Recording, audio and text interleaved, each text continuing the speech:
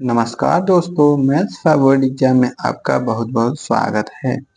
दोस्तों, आज हम क्लास 10th की प्रश्नावली 2.1 में बहुपद नाम के चैप्टर को कवर करने वाले हैं, जिसमें दोस्तों सबसे पहले हम बेसिक को देखने वाले हैं।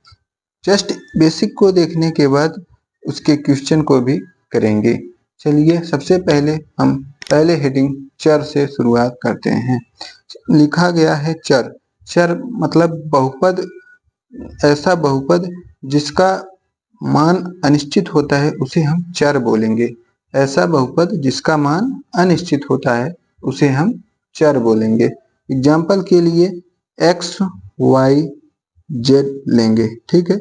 जैसे कोई भी क्वेश्चन में एक्स वाई जेड आती रहता है, हम सॉल्व करते हैं तो सॉल्व करने के बाद लास्ट में उसका मान आता है और उसके पहले तो अनिश्चित ही रहता है, उसे ही हम दोस्तों चर बोलेंगे।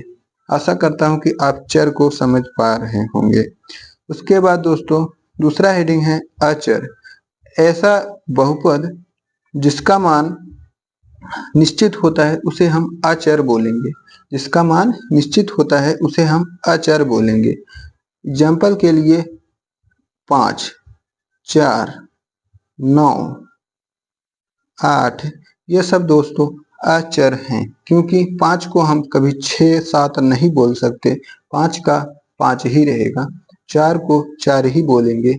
8 को हमेशा 8 ही बोलेंगे, 2, 4 नहीं बोल सकते। लेकिन एक्स वाई जेड के जगह हम क्वेश्चंस को सॉल्व करके 9 भी लेकर आ सकते हैं, 10 भी लेकर आ सकते हैं, कुछ भी लेकर आ सकते हैं। इसलिए इसे चर बोलते हैं जिसका मान निश्चित नहीं होता। अचर का मान हमेशा निश्चित होता है दोस्तों। आशा करता हूं कि आपको चर और अचर कंफर्म हो गया होगा। आगे दोस्तों हम थोड़ा सा बीजीय व्यंजक के बारे में जानेंगे, जो कि क्लास 10th में आ जाता है। बीजीय व्यंजक बराबर होता है चर गुणे अचर, अर्थात चर जैसे कि x गुणे अचर 2 को मिलकर जो बहुपद बनता है उसे बीजीय व्यंजक बोल देते हैं। अर्थात चर और अचर के गुणनफल से जो बहुपद बनता है उसे ही हम बीजीय व्यंजक बोलते हैं। आशा करता हूं कि आप बीजीय व्यंजक समझ गए होंगे। एक उदाहरण और लेंगे तो देखेंगे, जैसे कि यहाँ पर हम y ले लें मल्टीप्लाई √2, तो यहाँ पर भी हमें √2 y मिला है। यहाँ पर यह एक बीजीय व्यंजक कहलाएगा। कौन सा बहुपद? बीजीय व्यंजक का बहुपद कहलाएगा। ठीक है, आशा करता हूं कि आप समझ गए होंगे। ध्यान रहे, हर बहुपद बीजीय व्यंजक होता है, लेकिन हर बीजीय व्यंजक बहुपद नहीं होते हैं। इसे आप नोट कर लीजिएगा। चलिए दोस्तों आगे चलते हैं। बहुपद पहचाने कैसे? बहुपद को कैसे हम पहचान सकते हैं कि यही बहुपद है? चलिए कुछ एग्जाम्पल से देखते हैं। सबसे पहले बहुपद के बारे में जानेंगे। बहुपद के चर की घात जो होगी हमेशा पूर्ण संख्या में होगी, तभी हम उसे बहुपद बोलेंगे। क्या होगी? चर की घात हमेशा पूर्ण संख्या में ही होगी, तभी हम उसे बहुपद बोलेंगे। फॉर एग्जाम्पल के लिए 3x² प्लस 2x प्लस 5, इसे हम एक बहुपद बोलेंगे। क्यों बोलेंगे? क्योंकि इसकी घात 1 है, 2 है, जो कि यहाँ पर देखेंगे चर की घात 1 या 2 है, जो कि पूर्ण संख्या है। ठीक है, पूर्ण संख्या में 0, 1, 2, 3 ऐसे ऐसे अनंत तक आता है दोस्तों। दूसरा उदाहरण लेंगे, जैसे 3x प्लस 5, यहाँ भी ये भी एक बहुपद है, क्योंकि x की घात 1 है। ठीक है, इसलिए यह हमारी एक बहुपद हुआ। यहाँ पर एक ऐसा भी ले रहे हैं जो बहुपद नहीं है, जैसे 5x² plus √6x plus 3।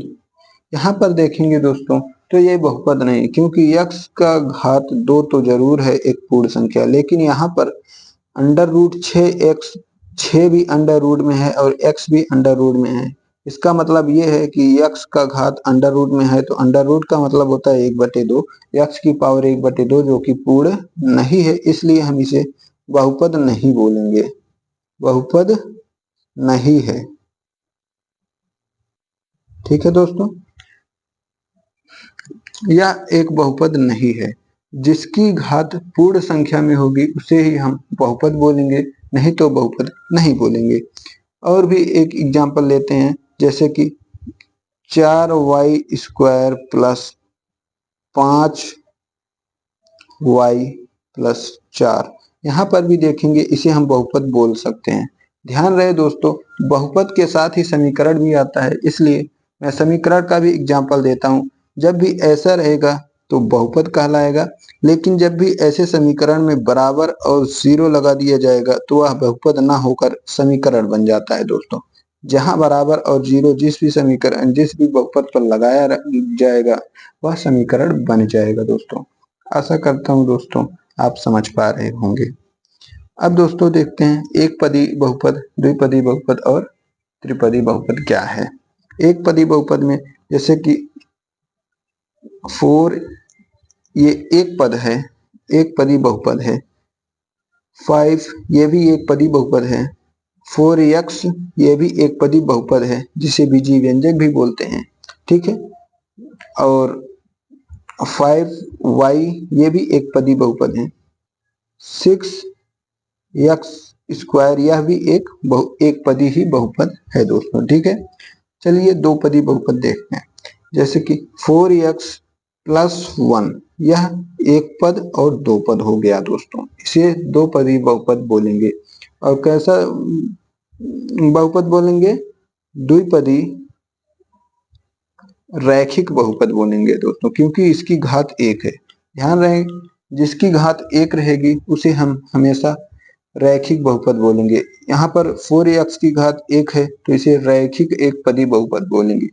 5y का पावर एक है तो इसे भी हम रैखिक एक पदी बहुपद बोलेंगे। ठीक है, यहाँ पर द्विपदी बहुपद में रैखिक द्विपदी बहुपद है ये। ठीक है, अगर 4x² + 1 होता है दोस्तों तो इसे द्विघात द्विपदी बहुपद बोलते हैं। देखिए घात दो है और पद भी दो है, इसलिए इसे द्विघात द्विपदी बहुपद बोलेंगे। ठीक है, और जस्ट ऐसे ही अगर तीन पद हो जाए 4x³ + 5x² + 3x+1 तो इसे हम दोस्तों त्रिघात बहुपद बोलेंगे। ठीक है, कैसा बहुपद? त्रिघात बहुपद, जिसकी घात तीन होगी उसे हम त्रिघात बहुपद बोल दिया करेंगे। आशा करता हूं दोस्तों कि आपको ये भी बेसिक नॉलेज समझ में आया होगा।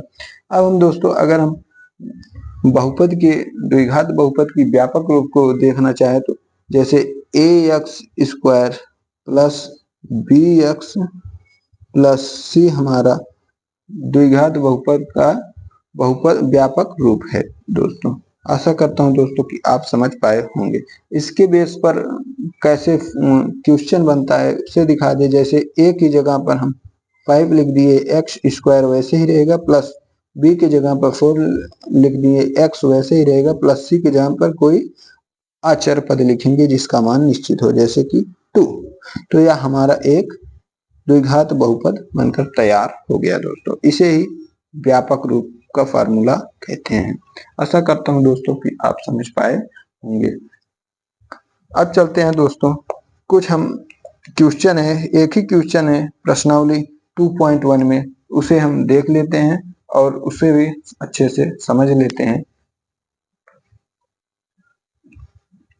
ये रहा हमारा क्वेश्चन दोस्तों, मैं डायरेक्ट ही बुक में ही समझा दे रहा हूँ, आपको अलग से कहीं देखने की जरूरत नहीं होगी दोस्तों। प्रश्नावली 2.1 में पहला क्वेश्चन है, किसी बहुपद px के लिए, यहाँ पर ध्यान देंगे, किसी बहुपद px मतलब पॉलिनोमियल ऑफ x यानी बहुपद x का के लिए y = px का ग्राफ खींचिए। किसका ग्राफ खींचिए? y = px का।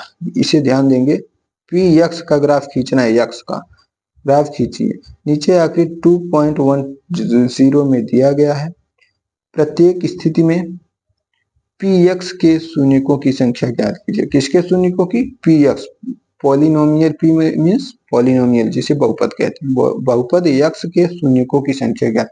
यहाँ पर शून्यकों का मतलब क्या है दोस्तों? उत्तर निकालना है, ठीक है। शून्य का मतलब उत्तर, ठीक। समीकरण जब सॉल्व करेंगे तो उसमें मूल ज्ञात करने को कहेगा, उसका भी मतलब उत्तर ही होता है। और बहुपद में शून्य ज्ञात करने को कहेगा, उसका भी मतलब क्या होता है, उत्तर ज्ञात करने को कह रहा है। आशा करता हूं दोस्तों आप समझ पा रहे होंगे। अब यहाँ पर देखेंगे पहला क्वेश्चन है, पहले में देखेंगे बोल रहा है पी एक्स के शून्यकों का। जब पी एक्स का शून्यकों की संख्या ज्ञात करना है दोस्तों, तो हम केवल एक्स के आरेख को देखेंगे, ठीक है। केवल एक्स लाइन को देखेंगे कि एक्स लाइन पर कौन सा कर्व काट रहा है, कहाँ कहाँ, ठीक है। यहाँ पर देखेंगे एक्स रेखा पर कहीं भी ये लाइन नहीं काटा है, अतः इसमें शून्यकों की संख्या 0 है, ठीक। पहले में 0। दूसरे में देखेंगे यक्स कर्व देखेंगे तो यहाँ यक्स रेखा पर ये जो कर्व गया है, ध्यान से देखेंगे तो एक जगह यक्स रेखा को काटा है, ठीक है। इसलिए इसका शून्यकों की संख्या कितना होगा, 1 होगा, राइट। तीसरे क्वेश्चन में देखेंगे यक्स लाइन पर देखेंगे यक्स डैश एक्स पर, तो यहाँ पर कर्व 1 2 3 जगहों पर काटा है, ठीक है।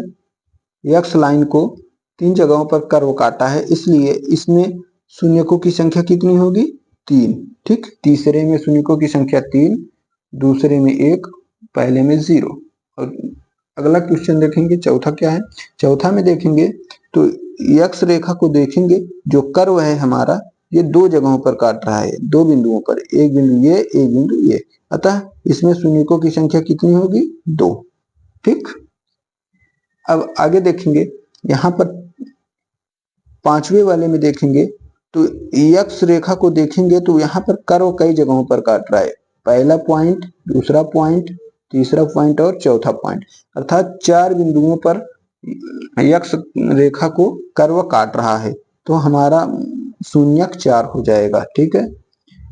अब अगले में देखेंगे, छठवें में देखेंगे यक्स रेखा को कितनी बिंदुओं पर काट रहा है, 1 2 3, 3 बिंदुओं पर यक्स रेखा को कर्व काट रहा है, अतः हमारा शून्यकों की संख्या 3 होगी दोस्तों यह समीकरण को हल करने के बाद मिलता है, उसे ही ग्राफीय रूप में इस तरह से निरूपित करना होता है। आशा करता हूं दोस्तों आपको समझ में आ गया होगा। अगर वीडियो पसंद आए तो लाइक सब्सक्राइब जरूर करिएगा दोस्तों, और दोस्तों के साथ शेयर जरूर करिएगा।